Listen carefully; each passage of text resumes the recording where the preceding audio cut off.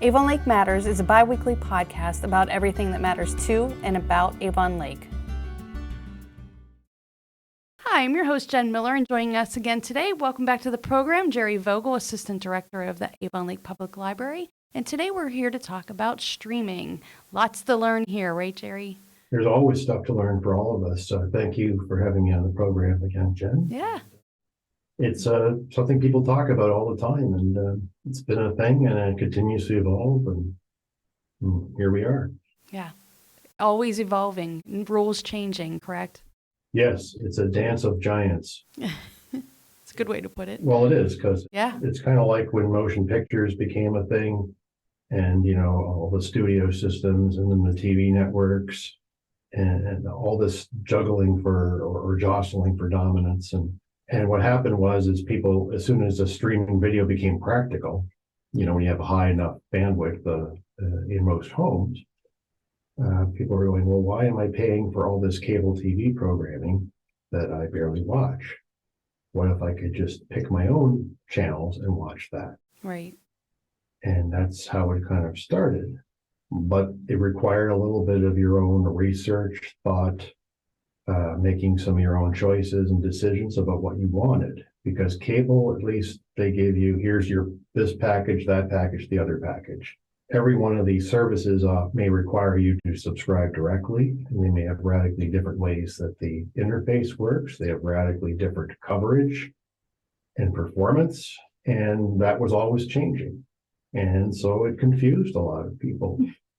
I remember at the library doing a programming on cutting the cord and streaming many years ago, and was surprised to see about 120 people show up in a storm. Oh, that's right.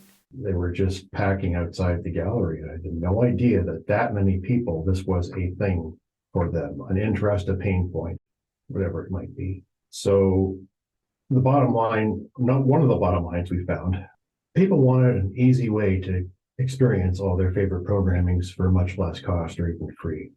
The reality was there was no such thing. People said, why can't we just get a streaming that's as easy as cable? And so that's what cable is. Yeah. They package it for you and you don't have to think about it. You push the button. Getting it on your device, getting the channels that you want is constant vigilance, because the prices changed, the selection changed. A movie or a show that was on one service 1 month would be gone the next. Mm-hmm. So that was something that people say, well, how come the movies I want to watch, I always have to pay extra for them? I said, well, that's still going on today. Right. Because they know what you want to watch and they charge accordingly. Yep. What we noticed at the library as streaming came into a thing is that there were a lot of people checking out less videos than they used to, less DVDs and Blu-rays, that is, because it used to be people would check out a stack of them for the weekend. I think what happened is when streaming became more popular, they no longer needed a backup of, I want to see this movie, I kind of want to see that movie, and here's a bunch of other ones just in case. The just in case was basically filled by streaming. There was always something you could watch. Right. And it still kind of is that way, is that people want to, they're looking for videos, but they're looking for the ones they can't stream. Or there are, of course, people who are still unable or unwilling to stream. But I like to think we focus our collection, especially on things that you can't stream, mm-hmm. and we keep an eye on these things. Mm-hmm. Because if you did a survey, say the top 100 movies in the last 50 years, I'll bet you half of them you're going to have to pay somewhere to stream them. Right. And there's probably a bunch of them you can't stream anywhere. So that's what having the physical object is still important. We don't check them out like we used to, but we still keep a good collection because, that's what we're here to. Yeah. I love especially all the new releases. Like I always love when the Grammys or Grammys? No, That's Grammys music. Okay. Yeah, So the Oscars. with the Oscars are coming around, and I haven't seen them, so then I'll go and I'll check and I'll keep my eye out on the new releases, and not a long wait, and they're there right in the library. Yes. And that's something also that's changed. We used to have so many copies of new releases because every Tuesday morning, sometimes there would be a rumble in front of the video case about grabbing all the new video releases. Mm-hmm. But that's a thing of the past too. People are not jumping on these things right away, either because They have other ways to see them. And then something else happened in the meantime that changed that, and that was the pandemic. The pandemic also changed how people watch and experience things and what they did, because it shut down production Right. of so many movies and television, just like the strike did this year. Right. So whenever that happens, if there isn't enough stuff in the pipeline, then what they put out on video is often scraping the bottom of the barrel. It's stuff that they just didn't feel like releasing, but now we are, because, well, what else do we got? Right. Kind of in the back burner. Yes. So that all changed the equation. And also the movie theaters weren't useful for a long time, so people were putting things straight to streaming or pay-per-view. And that model is still all over the place. The future of theaters, I think, is still uncertain when it becomes just you could digitally deliver this thing anywhere. In the days, even when we go back to VHS and so on, it was always, how much money can we make out of every format before we move on to the next one? And that's why sometimes it took a year or two for something to come out on video after it had been at the theaters. And then it was down to a couple months. And now it's sometimes simultaneously. It's hard to keep on top of. Right. But that is the games they play with production, supply, and the marketing about how can we make sure people want to see this and are willing to go to the extra effort and don't just have it show up as yet another title this month. And, we're not in that position because we're not trying to sell the stuff. We're just buying it for what people want. But sometimes one of the things about the streamings is that it's invisible how much is there until you start looking for it. A bunch of videos on a shelf is pretty obvious. Right. So that's rambling about the marketplace in general. What have we done as a library to help support people's interest in this? We've done the classes and demos on streaming. We have services that provide streaming video. And one of them I'm going to talk about is Canopy. That's Canopy with a K. And that is something that you can sign up for just by going to our website and then using your library card to create an account. Okay. Have you used Canopy? I have not used Canopy, so tell me about that. Okay. Canopy is a collection of, they try to focus mostly on prestige, classic, foreign, documentary, things like that. Okay. So it's not blockbusters necessarily. These are the kinds of movies that they win awards, and they're from other countries' perspectives around the world, and they tell different stories. So think stuff that's in the, whenever the Criterion collection, because, when they first started that out, that was all the big Pioneer laser discs. And then, because yes, I have a friend who still has a bunch of Pioneer laser discs. Really? From the 90s, pretty much, before DVDs. Yeah. And then they released a lot of these, the movies people treasure and talk about and are on registries and stuff. So that's what Canopy tries to put in their collection. And what it is that you can browse their collection. Right now, I think it's about 23,000 movies. And when you check out a movie on Canopy, either from the website, from your device, you get 3 days to watch it. Okay. Wow. They have some series and documentaries. And the thing is, this is also something where once you have your account set up, you can put a Canopy channel on your Roku or some other device, and then you can literally browse it just like that. Really? And watch things. So if you have a library card, and many libraries have it, then you have yet another way to view movies. Okay. I'm writing that one down. Yeah. So Canopy is worth it. There are a few limits. I think we allow 20 per month. Okay. Because it's a pay-per-view service, kind of like Hoopla is, and I'm going to come back to Hoopla because they stream things too. Okay. But it's been very cost-effective, and people like it. The only thing I'm hoping we can do in the near future, is find a way to put all the Canopy movies in our catalog. Oh. Right now, it's kind of hard to do that. It requires some cooperation between our catalog vendor and Canopy, which ironically has been bought in the past 2 years by Overdrive. Interesting. So, we talked a lot about Overdrive. Yeah. Well, they bought Canopy because that's their way of staying in the movie business. Okay. Overdrive used to have streaming movies, but that didn't work out very well. So this is the way they keep their toe in the water. Smart. So I'm hoping that something is developed soon about that, because that would make it easier for people to find things. They can see, oh, do we have it on video? No, but we have it on Canopy.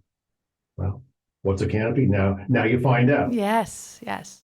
because it's so cost effective and has such a good selection, I'd like to see people using it more than they are. Yeah. I mean, we're checking out probably about 300 movies a month that way, but we could probably do a lot more. Yes.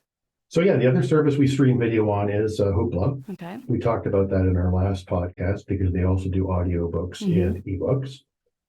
But a lot of their content is TV series, documentaries, and movies. Now, I'll be honest, these are not all top-run, first-rate movies. As they told me a long time ago, we could provide those, but you couldn't afford it. Yeah. Because remember, Hoopla is also a pay-per-use service. So in order to make this economical, we limit patrons to how many they can check out per month. And then we limit what's available to a cost per circuit, maybe no more than about $4 per.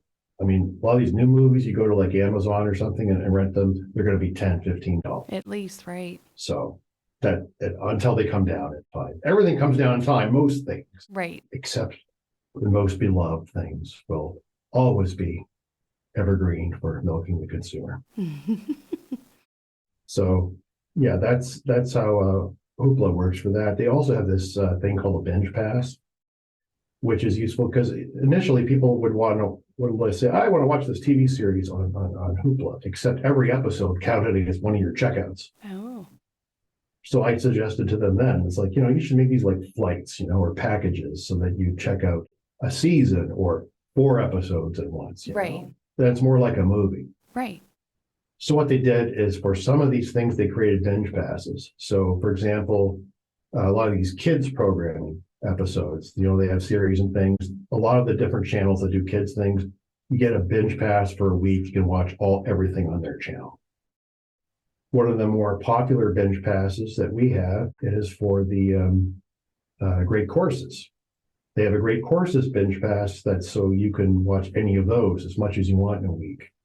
That is something that we still have quite a few of them on video and audio, but right now Hoopla is the only way that you can stream them. Okay. Video or audio, and the best way to do that is the binge pass. Okay. You can find that information on our website. Yes. Plus, all the Hoopla titles, like all the Overdrive titles, you can find them in our catalog. Okay. And then when you click on the link to download or stream or check out, it will take you to a way to get them. Okay. That's amazing. So the other thing we've done to assist with streaming, because here's another thing we noticed: people are interested and curious, but they don't want to get all in on something. They don't want to pay for every service to try it out. Also, there's a lot of stuff that started showing up on streaming that you couldn't get on disc. And that's when the golden age of streaming really took off, when places like Netflix basically became studios. They were making so many shows and movies. They were making more than, I think, like Universal and some of those places, spending billions of dollars a year on creating content that was exclusively available, in many cases, on Netflix.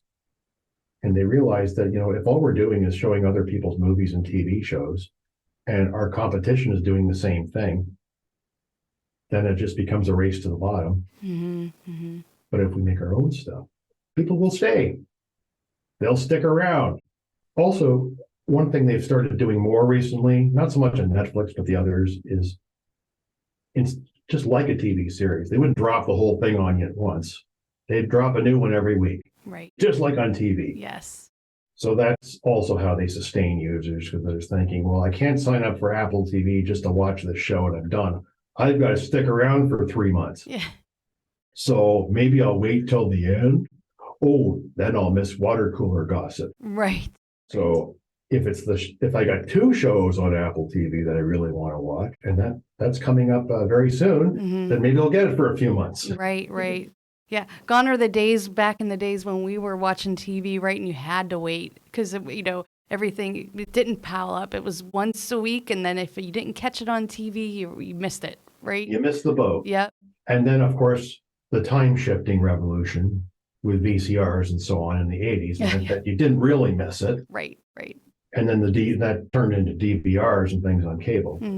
That's one of the things about streaming video that I think a lot of people, when I first introduced them to it, did not understand at all. If you've been used to watching cable for 40, 50 years, and I show them the Roku and I show them Netflix, and they go, where's the guide? Right. What do you mean? Well, where does it show you what's on, what channels? This is a channel and everything's on when you push the button. Right. But I don't understand. What time is it? This doesn't matter anymore. Right. This is a big DVR. Right. That's all it is. That's a good way to explain it. A Yeah. really big one. Mm-hmm. It's not yours, it's everybody. Mm-hmm. I mean, it'll keep track of your usage and it'll let you know where you are and left off and things, which is useful. But people just, it took them a while mentally to get rid of those shackles of time and that you have to watch this or you have to tape it. Yeah. Yeah, we still, I mean, we're taping something now, aren't we? Even though there's no flexible ribbon in sight anywhere. Right. Yeah, but there's a word for those sorts of things. Like whether we're taping or the little icons that have still telephone handsets on them and little floppy disks. I gotta find that word about just how these symbols survive. And then even our kids are looking at these and going, what is that? Yeah. There's some sort of spike through time of things we understand, and that's how they. And that is a total digression there. Slice if you like, but where were we? It's people were getting used to the idea that you could just watch this stuff right now. Mm-hmm. And then we increasingly had patrons who wanted to watch this show that they heard about. It's like, well, it's only on Netflix. When's it on video? And a lot of times it's don't know. Right. Don't know if. Some shows are never going to be on video. But I'll tell you something interesting. Remember that show on Netflix, Ozark? Mm-hmm. Mm-hmm. And that's one of the most popular things. When's it on video? When's it on video? Well, the thing is that the first season came out on video years ago, and then nothing since. It was only available, I think, through Walmart at one point. Interesting. Now, when you go to look for it, you can only find it on eBay and on Amazon third-party sellers. You can find a 4-season box set for $30. Guess what, folks? It's not legit. Yeah. It's pirated. Right. How Yeah. do I know? I bought one Oh, yeah. just for proof of concept. Right. And I'm sorry, folks, the library is not circulating pirated material. You could tell it was pirated. They misspelled half the thing. The shows were there. I tested it. Yeah. But there's no way they're selling that sort of thing for $30. Right. So guess what? I sent it back and said, this is pirated. And they gave me my money back. And then when the thing I returned, it came back to me because the seller was no such address. Oh, man. That's another digression, but it tells you how people are apparently so concerned about copyright and legit merchandise, including the giants that facilitate these sales. And yet this stuff is going on everywhere. And I'm not even going to talk about torrents and things that it's like nobody cares. Studios must care, you think, or maybe they've just accepted that this is, another kind of shrinkage. I don't know. Right. Too expensive to pursue. Maybe because it's just everywhere. Mm-hmm. But also, I don't know, kind of sad morally because I'm just not interested in pirate stuff unless there's absolutely no other way to get it. Right. But we're not going there as a library. Getting to the point, which I was getting to, about the streaming is that we decided to circulate Rokus to the public because that was a way of getting them streaming content that we could not provide them on disc, Mm-hmm. as well as give them some experience with certain services. So we started fairly simply, and then we started adding services as we found, hey, this one will work. Because I'm not sure if any other libraries do this at all or not. I keep telling them about it. They kind of look at me like I'm like on something. Yeah. And they don't get what we're doing. But I think once people take one home and plug it in, they get it. Right. We're not really giving you the device. We're giving you this device, which has our accounts on it. And as long as you don't log in or out, you get to watch them. So it's a physical token that says you have the right to watch this for the next 2 weeks. Yeah, that's amazing. And Rokus aren't as expensive as they used to be. You can get them for like $30 now pretty easily. So the device isn't expensive. People also say, well, can I get this on my smart TV? And it's like, probably. However, smart TVs, some of them are getting pretty old now. Mm-hmm. And like anything you buy, it has to have constant firmware updates. And if you don't do that, things aren't going to work. And at some point, things are going to get bricked on your TV because they're not going to work anymore. Mm-hmm. My feeling is get a nice dumb TV. And the things like disc players, streaming players, plug them in, and when it becomes out of date, get another one. Right, right. And then it's just a screen, right? Just a nice big dumb screen. Because the thing is that what people have also accepted is that TVs these days are going to have useless sound coming with it. You pretty much always have to buy a sound bar or wire it into another system. And then also people have said, well, I got this phone. I don't need a big TV. I'm happy with it being right here. I don't know about you, but I still like to sit down and watch a great big TV. Right. For certain shows, maybe. I mean, I can watch little ones this way, but, or, if you're on an airplane. Yeah. Right. Yeah, if you have to. Yeah. I agree. The way my wife and my daughter use the streaming is completely different than me. They're walking around the house with these. Yeah. On a laptop or on whatever, but Yep. I'm not into that. Yeah. I'm still at the reading books thing is revolutionary. So yeah, the services we currently have would include things like, there is this thing also called Voodoo or Fandango, which is the company that bought it. And we probably know them as a place that sells movie tickets online. Right. What this is a hosting site for digital video copies. Remember, we buy a lot of DVDs and Blu-rays, a lot. And a lot of times when you buy one, you're going to get like a little purple card in there with a code that says, this is your digital copy. So whenever we get those, we add them to our account. Yeah. And when you take home a Roku, you can watch them. That's amazing. So that is a way sometimes you can stream brand new movies if the timing's right. Right. Because I've actually found that I've actually been able to get the digital copy on there before the video is supposed to be released. No way. I've noticed that. Yeah. The copy's working. Yeah. That's Voodoo. So right now there's probably 1,500 movies on there. We've been collecting them for years. Okay. And then we have Netflix, and we have just added Peacock and Max. We've had Paramount Plus and Disney for some time. We found Hulu doesn't work. And here's the part where it gets confusing too, is that one buys the other one and then adds them to their platform or their bundle. And then you can't opt out of this. And sometimes it's gotten a bit frustrating, even like customer support and these things. You're never going to talk to a human being, for example, with Peacock. Never. You can't contact anybody. So frustrating. It is what it is. Right. We were also worried we we're going to lose Netflix because all the hype this summer about how they're making it more geolocated so that you can't share your account outside of your household or location. We thought, well, what's going to happen every time somebody takes one of our Rokus out? Right. Is that going to be a new location? And that's what Hulu has been doing for years. That's why we don't have Hulu anything. It doesn't work. Okay. Hulu has always done that. Of course, they're all bundled in with Disney now and everything. But Disney has not stopped working. Max seems to work, the former HBO. And we kind of rely on reports from our patrons if things work or not. And then we try to fix it and so far, Netflix seems to still be working. Good. No complaints. Yeah, good. We had a handful in September. I thought, oh boy, this is it. But no, it seems to still be working. People are frustrated often because that's sometimes the only way to watch something. And that now, because every network has something you want to watch, that you can't afford to subscribe to all of them at the same time. Right. And maybe you shouldn't, just be patient, and you can usually have a month by month thing and just watch them when you have time to do so. But in a lot of people's mind, what happened is it recapitulated what cable was. Something expensive with a lot of stuff you didn't want. Which, different architecture, same materials. Yeah. Yeah.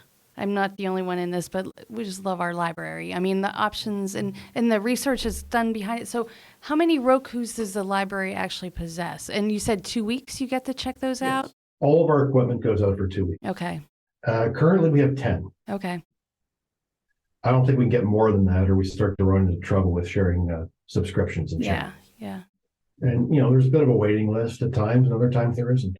So I'd say get on the list, and then you'll get your chance. Because remember, you won't miss anything. Right. It's right there. It'll be there when you're ready to watch it. Yeah. It's funny. I was just having a conversation with our kids not too long ago. And, back in the day, when a movie would be on TV like once a year, I just remember waiting for like The Wizard of Oz, right? It was a big event because you had to watch it then and you'd get your popcorn out. Now it's like, at your fingertips, right? I mean, Wizard of Oz, I don't know what the rights are on that, but I mean, that was just one example. Well, that was, I'm not sure about the Wizard of Oz, but I believe there was some deals that were done in early television broadcasting to show Wizard of Oz. Not long after it was at the theaters. That's something I need to look into, but it kind of launched the idea of having a big movie event on TV. Okay, yeah. And then things eventually being carried on cable systems, which followed broadcast TV very closely, because a lot of people, especially hilly parts of the country, could not get these channels. Right. There weren't many of them. So they built big towers on hills to get them. Yeah. And so these homegrown cable systems turned into, what became an alternate system for the studios eventually, like the HBO, 50 years later. And it just became big corporations from, some guy's big antenna with the neighborhood. Yeah. Because that's how a lot of it started. Yeah. Yeah. That's awesome. And you mentioned about, was it Hoopla that had all the old movies or the movies that, may be a little inferior, but sometimes those are underrated, right? Well, there's gems, yes. Yeah. Not everything is rated by how much their marketing budget was. Right. How many awards it won. Right. There's sometimes movies that they were just made good, and there's lots of room for taste and devices, and that's certainly, I probably don't share a lot of movie taste with a lot of people.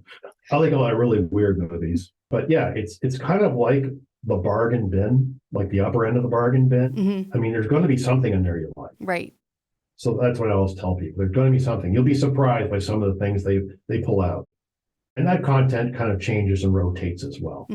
Just like what's on all the other streaming services. I mean, I'm amazed at how some of them can really take a movie that's 5-10 years old and make it popular again. Right.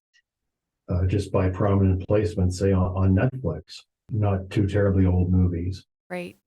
I mean, they were making the big deal 2 weeks ago. Oh, Downsizing's on.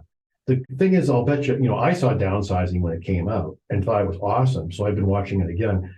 And I think a lot of people missed it. Yeah. But because it's getting the big Netflix push and it says, oh, look, people are going, oh, I missed that movie entirely. Isn't that excellent? Yeah. Or other movies. Here's another great one. I think that a lot of people who've seen it agree. Arrival. I have not seen that one. It's a movie by Villeneuve. The guy did like Dune and all stuff. Okay. But it was about 10 years ago. And it's about these aliens who arrive, and these inscrutable aliens. And the main character's job as a linguist is to try to communicate with them. And that's all the movie is about. We're trying to communicate with aliens who are not at all like us. And what do we, and she learned from it. So it's kind of heavy that way. But again, the movie, I think a lot of people missed the first time. Yeah. But it was a really important, significant movie. Yeah, yeah. And then other services like Amazon, they'll have certain things there for free. And then the rest is like, well, you got to pay for this to buy it, pay for that to rent it. Trial this channel here to watch that. So that's the whole smorgasbord of things. But, we do provide, I think with the Roku, at least a sampling of that. Now, we do provide Amazon Prime, but of course, the account is pin locked, so you can't buy anything. Yes. That would be bad. So, and that was the other thing, is we had to make sure that every service we provided was not hackable by a Roku. Oh.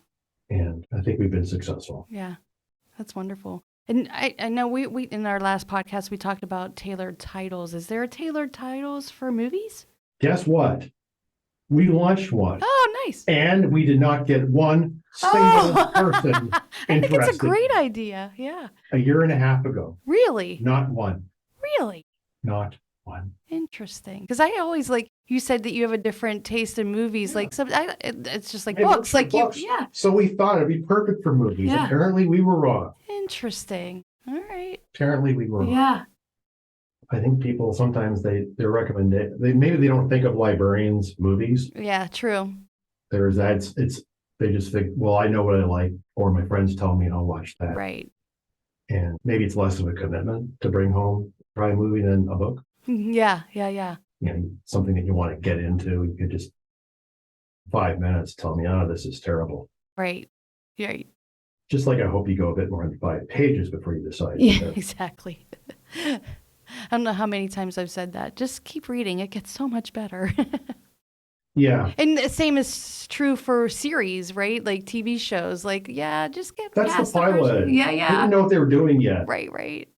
I mean, there's so many actually great series. You watch the pilot and go, what were they thinking? Yes. But then you realize they're learning about making it as they go along. Right, right. Yeah, it's fascinating watching how the new way media is experienced is transforming how we experience the media in turn. How, like one thing is you're watching some old movie and all the people got these small cell phones or no cell phones. Right, right, right. And now basically you can't do a movie or TV show without people's smartphones being part of the plot. Yeah, it's true. All the texts or things they're sending and watching, and it's all woven in. Yep. When it used to be just like, Bob Newhart's button down mind Yeah. or a split screen or something. Hello? Yeah. Hello? Or a telegram. See, all these conventions that seem quaint at the time, but Yep. as these things we're doing now will seem quaint at the time. Exactly. Yep. Just wait for it, right? Yeah. Yeah. All right. So, anything else that we should know about this wonderful service that the library offers? Well, one thing we've been doing is, because people have asked, is they come to us with questions about streaming video, with questions about how to use, either our Roku or their own. Right. Or I have cable, I want to get rid of it. What should I do? We're a bit careful about, giving unsolicited advice or recommending something over another.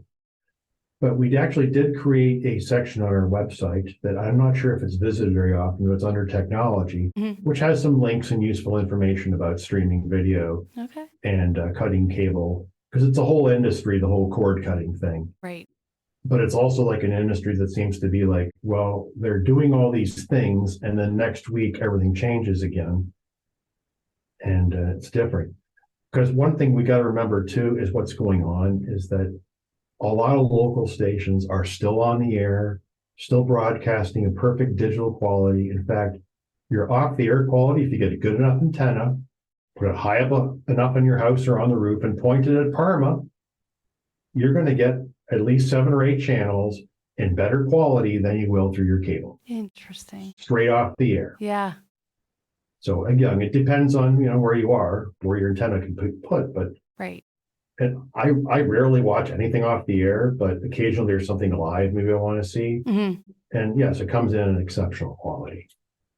Nice. So that's going old school. Old school can still work, but the digital TV transition in 2007 or so, that changed how all that worked. And it really was to free up a lot of bandwidth and airspace that is still not entirely being used. Right. Plus the channels, digital broadcasting is a lot more efficient and uses less power.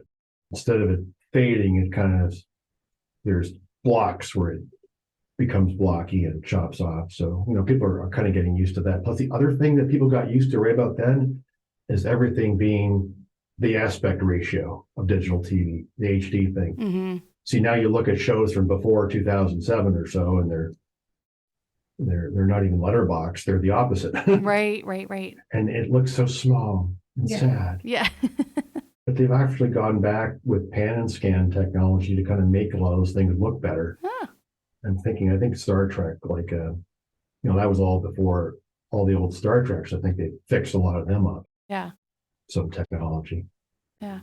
It's amazing. So, yeah, but, we want to help people with that. If they have questions, ask for me. The other guy who's really good at this, and he said it's okay to promote his services and expertise, is Max Middlestadt. Max with 2 X's. That's our Max. He's here most evenings. He's amazing. Yep. Yes, you know Max. Yep. He's here most evenings of the week and pretty much every Saturday. And he's the big, tall guy who knows a lot more about technology than I do. And also because he's so into streaming and what's available, he keeps up with all the latest stuff. Yeah. So it's hard to do. Yes. I rely on Max to tip me off to big changes coming. And then we kind of bounce things off each other about what to put on the Roku's or take off. So Yeah, it's all very interesting, but we're here to help you navigate the world of not stuff we're providing directly, but just how we can get a little bit of a pry bar in there. Yeah. Here's how you can join this world if you haven't already. And you may run screaming, but I don't think so. not everybody. Yes, yeah. So you said everything's on the website, the Avon Lake Library Yes. website. And I might add that the Rokus are just one of the pieces of equipment we circulate. There's Right. so much of it. We have, as well, we check out the hotspots. We check out a lot of legacy media players like video recorders and things and not a slide projector, but slide scanners and things. We check out some useful household devices like a radon detector, like infrared cameras and things like that can help. Air quality monitors that you can take out. And we check out the musical instruments. Yep. Lots of them. Yep. Guitars, bass. And bicycles too. Bicycles, and the bicycles, which have just gone away for the wintertime. Yeah.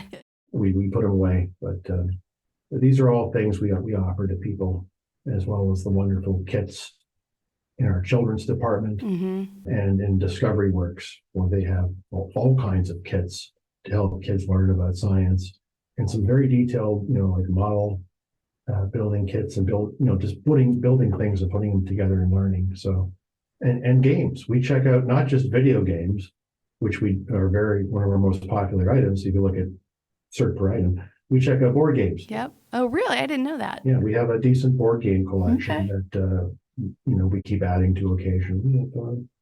These tabletop games, the kind people go to conventions to play. Yeah. Or stay up all night. But you can get into it. Yeah. You can get into a lot of things just coming here. Yeah, absolutely. And I like the streaming, having that option to get a sampling of it. I like the video games too, because they're so expensive. And, yes. You get to see, like, will you enjoy it? Is it something that so you don't make that commitment, that chunk of change commitment. You can give it a little test, and then if you like it, go buy it. We also check out for a lot of those, we check out the platform as well. We check out the boxes. Oh. But not the newest ones. Okay. And that's really because they're still in short supply. They're expensive. And it's just too much of a risk for us. Right. But we're happy to have a lot of the legacy platform machines to check out in games. Yeah. And that all is complicated depending on what is backward and forward compatible. Yeah. Which, and everybody needs a table when you're asking people. I mean, the kids, if they're playing these things every day, they know exactly what's compatible. But we've also had to limit how many we can check out at a time, simply because availability and cost. Right. Replacement, and we do have extra security on most of those, because as you know, the Nintendo Switch is on a card that's about the size of your thumb. Can't put that out in the stacks. Right. It's behind the counter. Yes. Yeah. I did have a question, Gerry. You mentioned about, like, with the Roku and the pay per view, like, you limit patrons to so many. If the library gets an influx of new patrons, does that get adjusted so that the library is not spending more than it can? Do you know what I'm saying? You're talking about more or less with the Hoopla? Yes. Or any of, even, when any pay restricted per month, per budget. Yes. Like even the ebooks and things like that. Well, the ebooks, we look and see how long the lists are. And if people are waiting, we'll do what we can to buy a few more. But of course, we can't buy infinite more. Right. In the case of Hoopla, where it's cost per circ, if we notice that we're running out of money early every day, then we know something's got to give. Okay, gotcha. Because I think, as I talked in my last show, there is a daily and monthly cap on how much money we spend on Hoopla. We put the money in there, and they said, okay, if you hit $70 or so worth of checkouts this day, no more borrows for anybody today. Gotcha. Start again the next day. Yeah. If that starts happening at 4:00 in the afternoon, then we have to look at either, do we put more money into there, or do we start limiting how many circs? Yeah. And we haven't had to do that, but it's not off the table. I don't want to artificially restrict people wanting something given to them, but also I don't want people checking out an infinite amount of, say, audiobooks at $4 a piece and never listening to them. Yeah. That is not a good use of resources. Right, exactly. So to like one thing I thought is if I could limit the number of audiobooks, that would solve most of the budget problem. Yeah. Just fewer per month. Right. But you can't. Yeah. You know, these things have their things you can do and things you can't. Mm-hmm. Okay. Good. We're just trying to use the tools the best way we can to provide the best service for the most people. Mm-hmm. That will occasionally mean it's not going to work for everybody, but it's fair. Right. Yep. Absolutely. It's understandable. Mhm. Yeah. Well, thanks so much for this information. Okay, John. Always learning something new about the library. Well, great. I'm happy to come on, and I'm glad that you invited me back. Yeah, absolutely. And we'll have another program in the future, I'm sure. Oh, yes, we will. So many resources up there to learn about. Yes. Thank you, Jen, for having me on. Thank you. Subscribe to Avon Lake Matters wherever you get your podcasts, and check out the full podcast library at avonlake.org/podcast. If you have any topics of interest or people that you would like to have featured, please call us at 440-933-7677 or email us at digitalmedia@avonlake.org.